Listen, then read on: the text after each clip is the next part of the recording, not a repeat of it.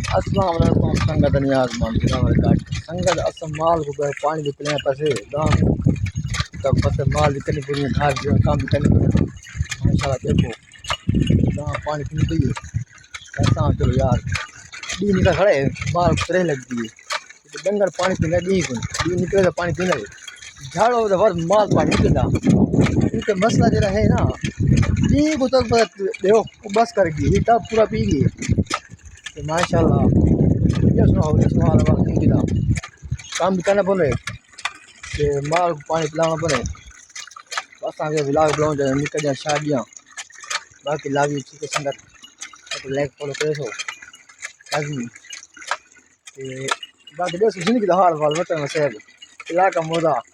क्यों हाल है जहाँ पानी पीने दिए तसी पी कि काल तो पिलाया को नहीं कल ठंड ही बारिश ही आज गर्मी माल पीने का पानी बाकी देखो हाल वाल नहीं किया ताकि गाँव को बैठ करे सो गाँव फॉलो करे सो बात कर